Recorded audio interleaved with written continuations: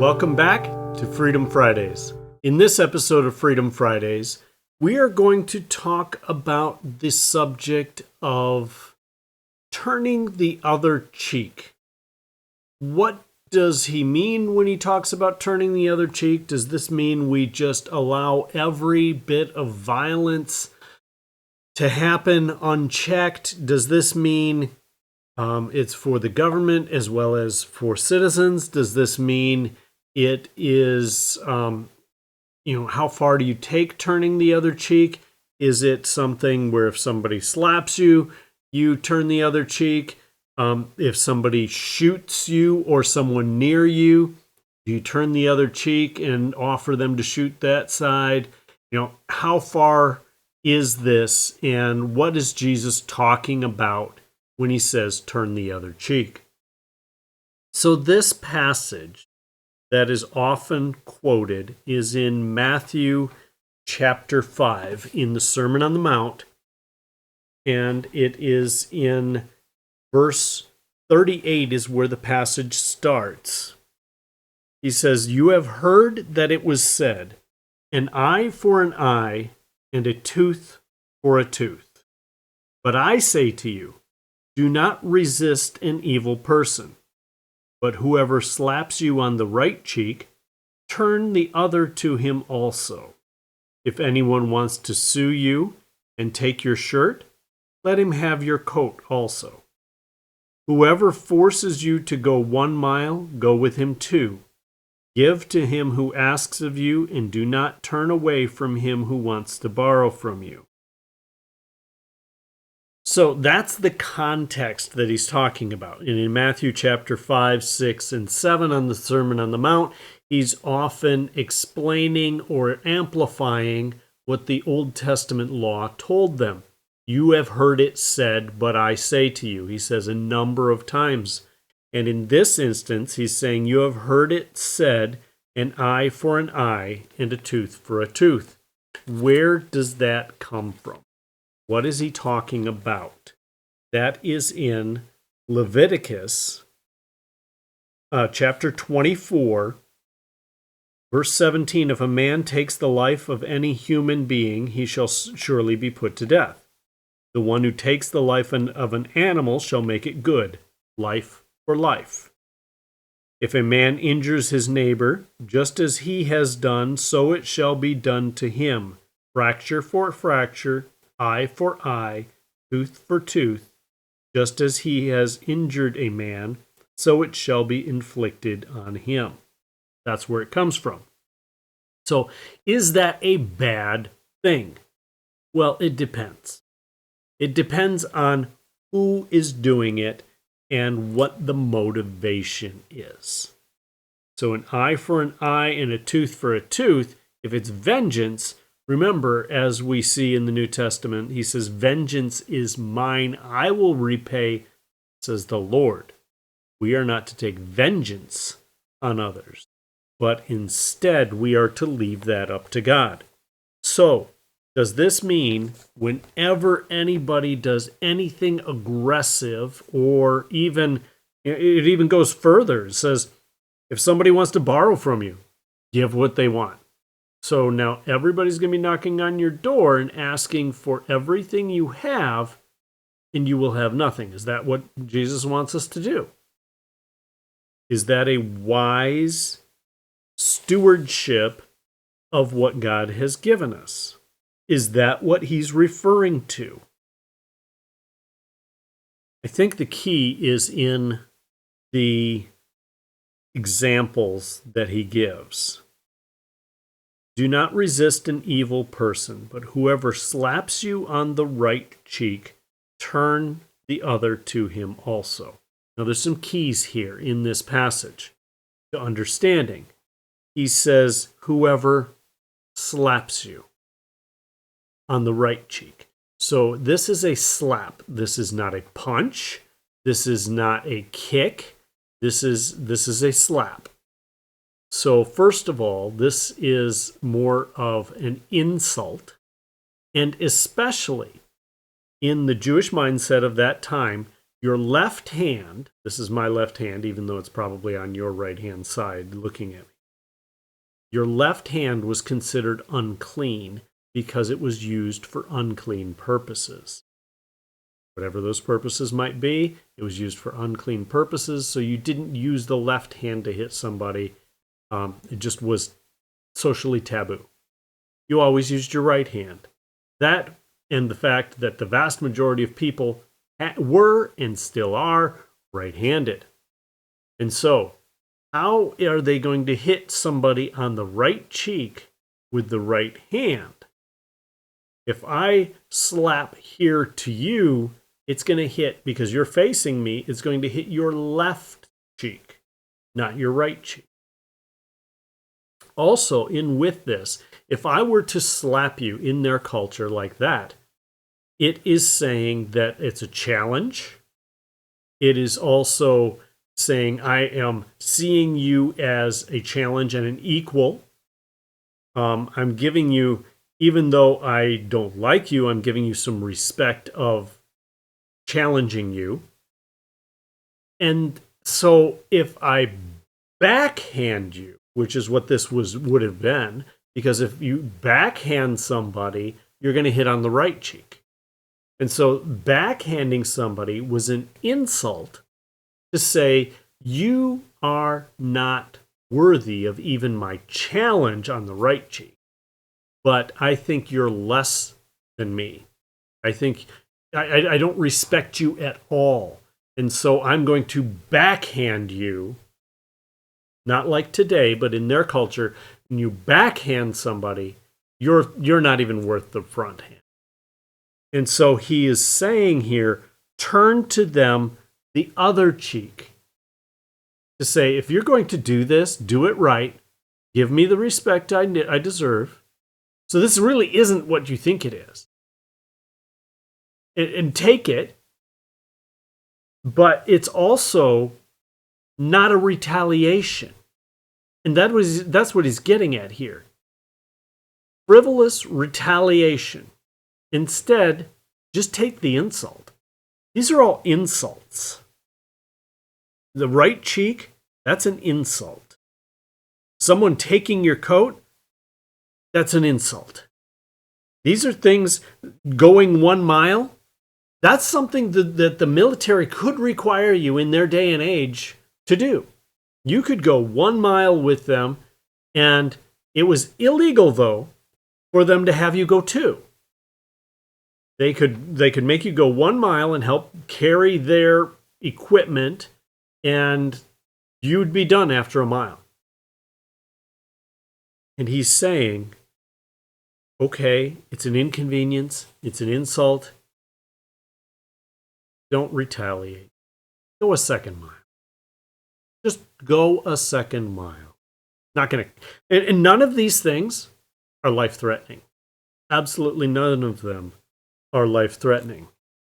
It is interesting, if Jesus were saying, don't ever retaliate, don't ever complain about being slapped on the cheek, then he would be inconsistent.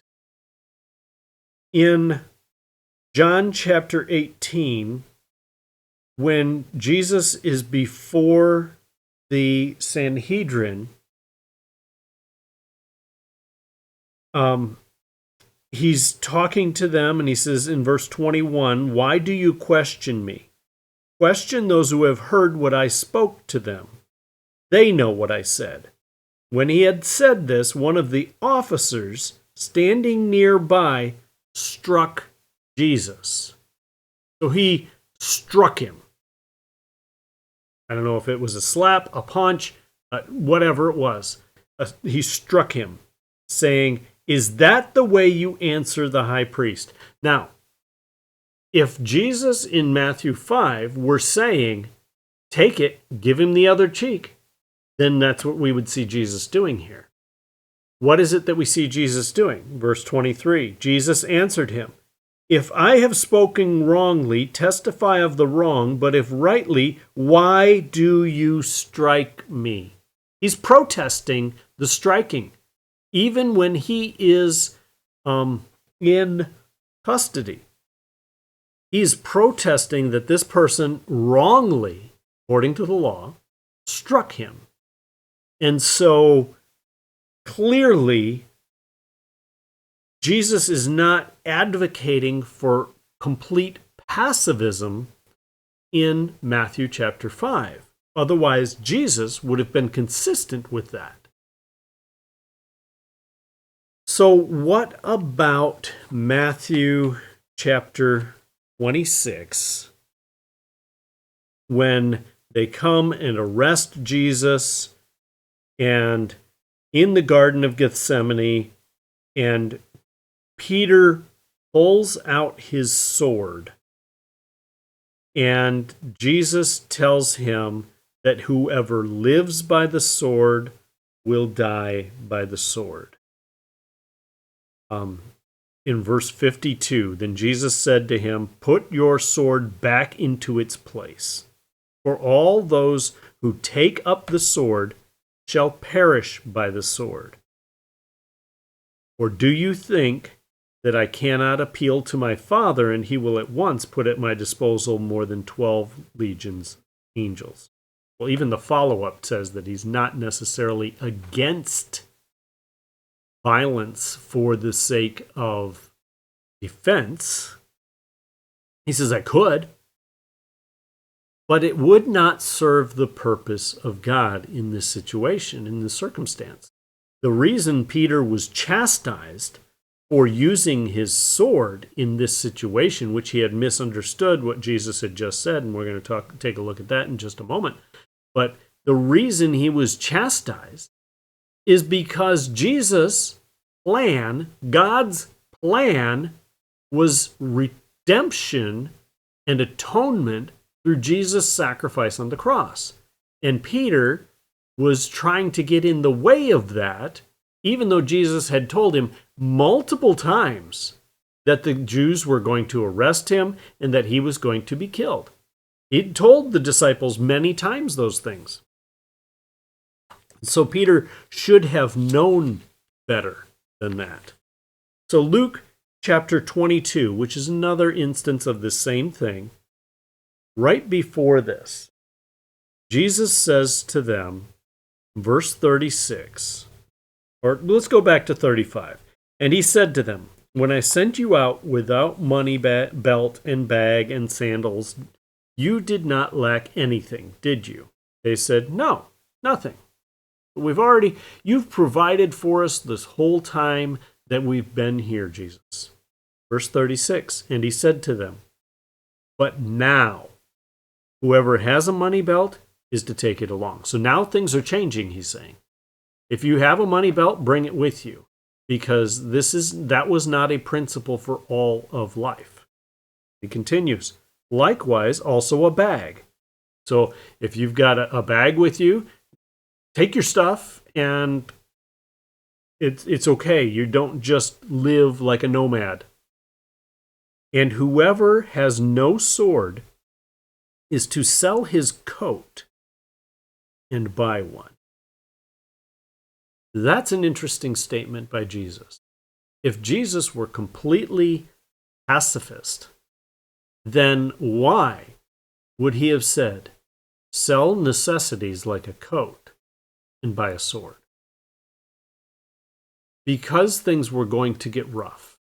Things were going to get difficult. Jesus never advocated for aggression against the authorities, which is another way Peter went wrong. But he was never against defense of someone's self from another citizen as well. And then in verse 38, they said, look, Lord, look, here are 2 swords. And he said to them, it is enough. He didn't say to them, get rid of those. I was trying to tell you something different. It was an allegory. He didn't say that at all. He said those 2 are enough. For the 12 of you, 2 swords, it's enough, because we're not fighting a battle against an army. We're not fighting a battle against the government. We're fighting a battle against someone who is trying to harm us. And they misunderstood what he was trying to say. And right after that is when they go to the Garden of Gethsemane, and then Peter ends up cutting off the servant's ear because he wasn't a great swordsman. So he should have probably practiced.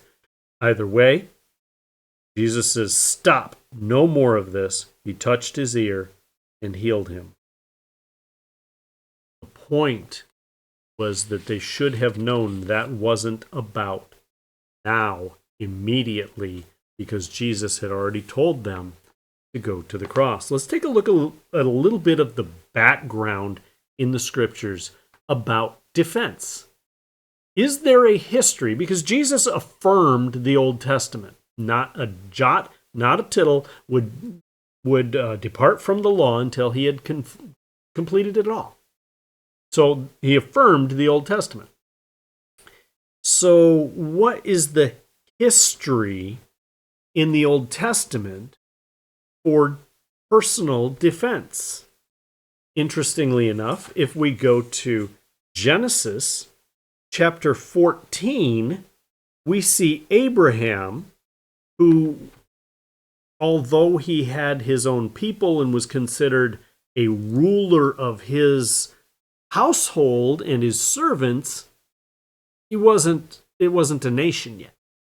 He had 318 trained men born in his household, trained for war, trained for violence, trained for defense.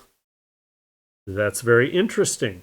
And he went back and took back Lot and the things that were taken away from Sodom and Gomorrah. So that is very interesting. Also, in Nehemiah chapter 4, they are not the nation. The nation is the nation of Persia right now. They are under the rule of the Persian Empire. And under that rule, Nehemiah gets permission to go back and rebuild the walls of Jerusalem. During that time frame, there's other people around there who do not want to see that. Verse 9 in chapter 4, but we prayed to our God, and because of them, we set up a guard against them, day and night. That guard was well armed. In fact, at times, he has them with their trowel or their shovel or whatever they're using for work in one hand and the sword in the other hand. He says to them in verse 14, when I saw their fear, I rose and spoke to the nobles, the officials, and the rest of the people. Do not be afraid of them. Does he say, remember the nation? Is this war?